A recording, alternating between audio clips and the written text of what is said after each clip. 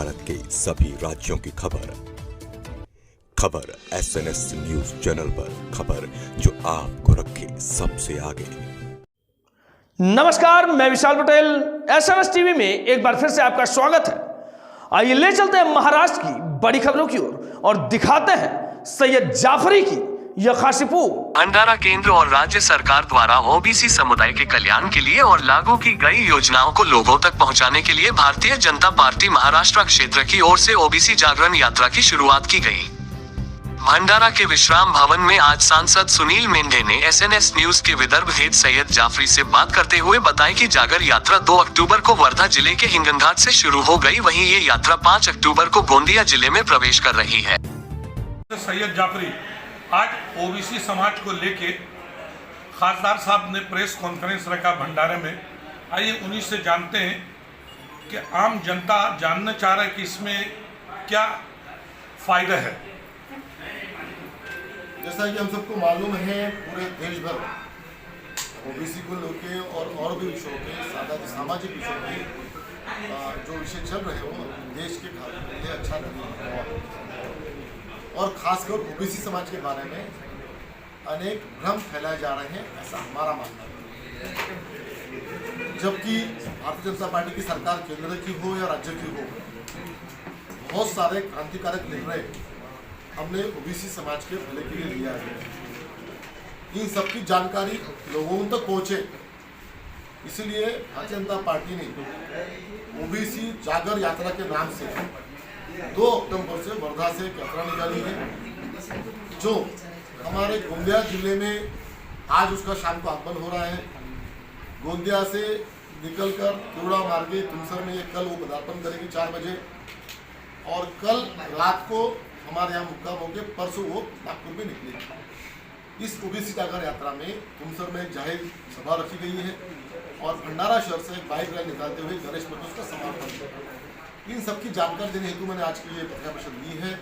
मैं आपके माध्यम से पूरे जनता को, खासकर ओबीसी समाज को विनती करता हूँ इस ओबीसी जागर यात्रा में सम्मिलित हो, अपने जो भी समझ और गैर समझ है और जानकारी है ओबीसी समाज के बारे में, जो शासन कर रहा है, केंद्र शासन हो या राज्य शासन, उसकी जानकारी ले और सही दिशा में ओबीसी समाज को लेकर जाने के लिए, उनके उज्ज्वल भविष्य के लिए हम लोग कटिबद्ध हैं। ऐसी हमारी कामना है, ऐसी हमारी भावना है, हमको लोगों तक पहुंचानी है। लेकिन ओबीसी समाज को इसमें फायदे क्या है वो तो बता दीजिए। मैं आपको 2-3 बातें तो बता दूं कि जब हमें स्वतंत्रता मिली तब से 47 से आज तक ओबीसी के अनेक आयोग गठन हुए, मगर ओबीसी आयोग को पहली बार घटनात्मक दर्जा मोदी जी ने 2019 में दिया। हमारे राज्य में पहली बार ओबीसी का मंत्रालय हमारे देवेंद्र फडणवीस ने पिछली सरकार में लाया। ओबीसी के युवा बच्चों के लिए जो पढ़ने के लिए शिष्यवृत्ति प्राप्त हो, ऐसी व्यवस्था हमने ओबीसी समाज के लिए की। ओबीसी बच्चों के लिए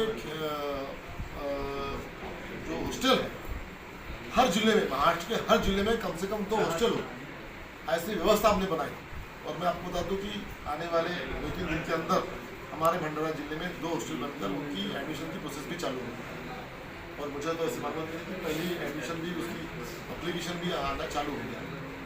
ये सब चीज़ें ओबीसी समाज के लिए शासन कर रहा है, मगर लोगों में भ्रम फैला जा रहा है। भारतीय जनता पार्टी ओबीसी विरोधी पार्टी करके बताया जा रहा है, वो सब के बारे में हम लोग जानकारी देंगे, बाकी रखेंगे। लास्ट क्वेश्चन आपसे, पालक मंत्री भंडारा को दिया गया है, लेकिन अपने भंडारे में कभी भी यहाँ का आदमी पालक मंत्री बनता नहीं और अभी इलेक्शन में 6-7 महीना बचा हुआ, 7 महीना में क्या विकास करेंगे वो आप करते हैं। आज के सरकार में, हमारे जो भी सरकार, विद्यमान सरकार है, वहाँ हमारा भंडारा गोंदिया से कोई भी मंत्री नहीं बना, कोई भी सहयोग की वजह हो सकती है। अब तो ये कोई पहली बार नहीं हुआ है कि बाहर का पालक मंत्री भंडारा जिले में आया हुआ है, इसकी बात बहुत बार है। मेरी पर्सनली कल विजय गावी साहब से बात हुई और मैंने उनका स्वागत भी किया, उनका अभिनंदन भी किया और उन्होंने मुझे कहा कि सुनील, मैं आना चाहता हूँ आपके ज़िले में, नेक्स्ट वीक में आऊँगा और पूरी समस्या, पूरा दिन भर के लिए आपको समय दूंगा, आप जो करेंगे उसका जरूर सोल्यूशन निकालेंगे। मैं कुछ काम करना चाहता हूँ आपके ज़िले के लिए और विजय गावी जी जैसा एक सीनियर नेता हमारे जिले को पालक मंत्री मिला है, मुझे लगता है इसका जरूर फायदा हमारे जिले को होगा, इसके बारे में आश्वस्त हूँ। नहीं, मैं अपने चैनल के द्वारा आपको बहुत बहुत धन्यवाद देता हूं कि आप भंडारा बूंदी के खासदार और आपको होते हुए काम बहुत हुआ है और जनता के सुने भी आप।